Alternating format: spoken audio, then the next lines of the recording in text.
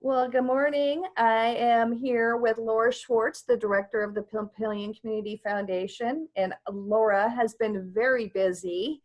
We wanted to do this video to let our community know about some of the changing activities that are happening within the Papillion Community Foundation. And Laura, you have some exciting things and some new things. You've got some great opportunities to help the students with learning, and you also have a senior program. So we'd really like for you to highlight those and tell us what else is going on today. Awesome. Thanks for having me today. I really appreciate it. It's, for a small nonprofit in Papillion, it's great to have the chamber support and have, be able to give a voice to, through your organization, which is awesome because of your outreach. So what we've kind of shifted to do is just help in Papillion any way we can. So one thing that there was a need for was there's some students, especially high school students, kind of prioritizing seniors because they still have to, even though they're not in school right now, they still have to complete those requirements to graduate so that they can move on to the next step, whatever that step is. So there's some families that don't have the means right now to have a computer that's dedicated for that or an internet connection. A lot of people were using the library and that's not available right now. So through a really generous donation of some refurbished laptops through Facebook, the Facebook Data Center, we have 3 workstations here that students can just call us and set aside time. So we're trying to go 30 to 45 minute increments so that we can make sure everything's clean for the next round of folks to come in. But they can come in and get their homework done, use our internet connection, use our resources to help them get their classwork and coursework completed. And then, like I said, we have enough space that we can keep everybody within that social distancing, distance, and keep everything clean and make sure that it's a safe environment for them to come in and complete their coursework. So we're super excited to offer that to Papillion La Vista students first, and then other Sarpy County, schools as needed. All they got to do is just call us and we'll set up the time. And so tell us a little bit about your senior, so this is the senior high school and stuff. So it's interesting, you had coordinated a weekly call with some of the local nonprofits, and this has really expanded outside of Papillion and La Vista. We appreciate your leadership. You've been able to connect us with the ability to help a lot of these nonprofits through our food drive. We've gotten some gift cards that we're able to support. This has been growing weekly, and on our last week call, the next thing was a call for, grocery bags for the delivery of food for Papillion La Vista schools. You want to talk a little bit about what you've done there? Yeah, so I mean, it's just kind of something that evolved. I mean, there's a lot of wonderful organizations in Papillion that are nonprofits or different other service organizations, and we just wanted a place to connect them once a week. So we created this community coalition, if you will, and so we created a call so we could all be on a Zoom call.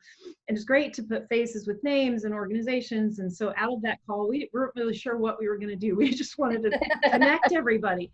And luckily, you guys, Midlands Community Foundation, you guys kind of took the lead and we're on that call. And so we've been able to connect like the American Legion with you guys and your food drive. And then we needed bags for the Papillion La Vista community schools to put the food in that they're giving out to families in need. So we were able to get several hundred bags from the Midlands Community Foundation. We have some cloth bags that we were going to use at Papillion Days that were left over from last year that we're donating.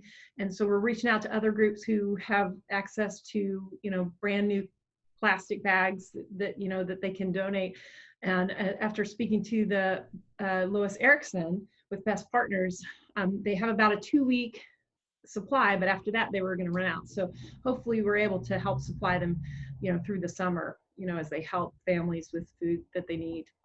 Yeah, it's been really neat to see that the schools are still able to feed the families, and it's even more important now because a lot of these parents are not working Yeah. maybe living off of unemployment that may not be as much money as they were had before.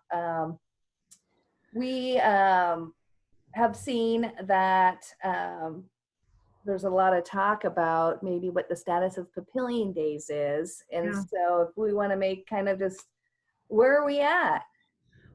You know, we're just, right now, we haven't made an announcement. We haven't made a final decision. We're, you know, first and foremost, you know, is public safety. And we want to make sure that we're in line with what the state, what the city, you know, in this area, the county, are comfortable with for public safety. We all know that we all want to be connected. And that's, I mean, Papillion Days is one way that we all connect. And so, you know, we're really not making an official, you know, announcement until May 1st, because we're just trying to wait as long as we can, because we know how much people need this connection. And we know, you know, it's important to get together, but we also know that we have to also be safe. We don't want to do anything that would spread, you know, this virus in any way, shape, or form. So we're going to wait till the very last minute that we can to make the call on Papillion Days. And, you know, we're looking at a lot of different alternatives. You know, maybe there's an alternative date. I don't know. Maybe there, you know, so we're just looking at everything because we know how much the community needs it. And, you know, we all need it. I mean, you know, this is one of the biggest things for us as a small nonprofit, you know, and we all need it. So we're gonna just, fingers crossed, we're gonna hold out to the last minute. We do the same thing at the chamber. We do over 160 events a year, and you know, there's things that we can do to give information and to share that kind of stuff. But there's so many people that look forward to some of those big events and connecting with people that they don't get to see on a regular basis. And you're not alone in this. And you know, Papillion Days is such a historical big time that the pressure of making a decision is extremely difficult, and we want to share prayers and support that you and the board will make and the city will make the right decision. It does bring a lot of economic prosperity to our community, but making the right decision and keeping safe is what we're all in for. We have done a phenomenal job on flattening that curve by making all of us making these decisions. And so we appreciate it. And we also feel your pain. With the foundation and, you know, Papillion Days obviously generates some money that you can give back in other areas and needs. There's got to be some outreach that our community can do to help support you, areas that you feel that our listeners may be able to tap into and say, oh, I can manage that. Yeah. Do you have any thoughts? Yeah, I mean, you know, obviously we'll take any donations monetary that anybody feels like they can give. I mean, the one thing that Papillion Days helps us do is our grant giving. So if we are unable to have that, that's going to, you know, reduce that quite a bit. So you know, we are just in the process this year. We started at the very end of last year of starting an endowment. We didn't have an endowment as the Papillion Community Foundation. So that's really exciting to us to be able to start to build that fund to help the community. Because, you know, if there's a year, you know, I mean, this is probably the closest we've come to maybe possibly having a year without Papillion Days. And that's something that defines our community. And like you said, you know, it not only benefits the community, but it benefits a lot of the businesses, a lot of, you know, and that's a huge time for some businesses. Is, you know, there's a lot more activity downtown. There's just, you know, a lot of things that it supports. So, you know, so anything that you can do, you know, anyone feels like they can do, that would be great. If you want to really give to the COVID-19 coronavirus response, I encourage you to reach out to the Midlands Community Foundation. They have a fund that they've started. You guys have started, you know, with your foundation under the Midlands Community Foundation, you know, to help small business, because that's what I think is going to feel the biggest, or is going to have the biggest need, is so many small businesses that aren't able to operate right now. You know, I would say to people, you know, support Takeout Tuesday. Make sure if you can afford it, if you're in a position where you can designate one day a week, like Tuesday, to order takeout from a local establishment. You know, it's great. you can go pick it up. Most businesses, you can go pick up curbside. So I encourage people to try to budget for that so that they can help small business.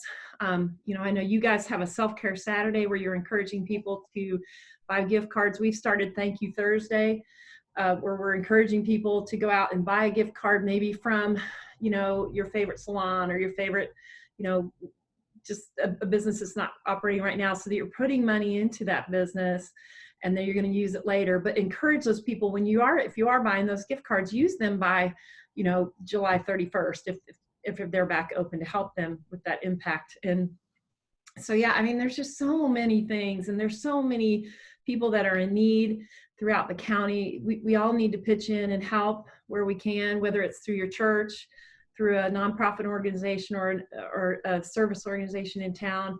Just see if you have the means and you have the physical ability, call them up and say, what can I do?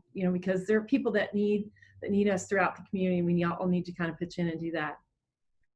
Well, and some other little things that have happened since, we've had our weekly calls is the Lions Club had a group of people that were making masks and wanted to find, outreach for those, whether it's first responders off at Air Force Base or seniors as in the senior living facility. So that's kind of neat. Yep. We also had a lady that was talking about, we have seniors that would love to read to children. So if you're at home and you need a break from, you can conference call, FaceTime, all kinds of different avenues. And so we truly appreciate you taking the onus on yourself to do this weekly call and continuing to invite additional resources and making those connections, because that's truly what Papillion Sarpy County is known for, are these relationships. And I think everybody's got their little parts, and we share those relationships to continue to make that stronger. And somebody can do this and somebody can do this. And so we thank you and appreciate your time on the video today. Yeah, thank you. Yes, Hey, I'm going to go. I mention one other thing. There is something new that came out of our call on Thursday. The Papillion Landing reached out to a lot of their seniors, because the senior center falls under Papillion Landing. So, and they don't need, the one thing that seniors are dealing with now, and a lot of people are dealing with, is just loneliness. Yes. They're not able to connect. So I encourage people to go out to the Papillion Landing website. They're going to start like these fun packs that you can donate a few items.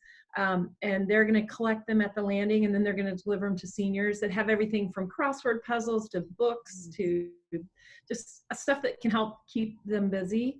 I encourage people to maybe go do that, because, we think a lot about families in need, right? Children who are, food insecure, or, just other things that are going on domestically. But I think we forget sometimes that, the seniors have really been impacted, not being able to get together as a group. That social aspect is big for them.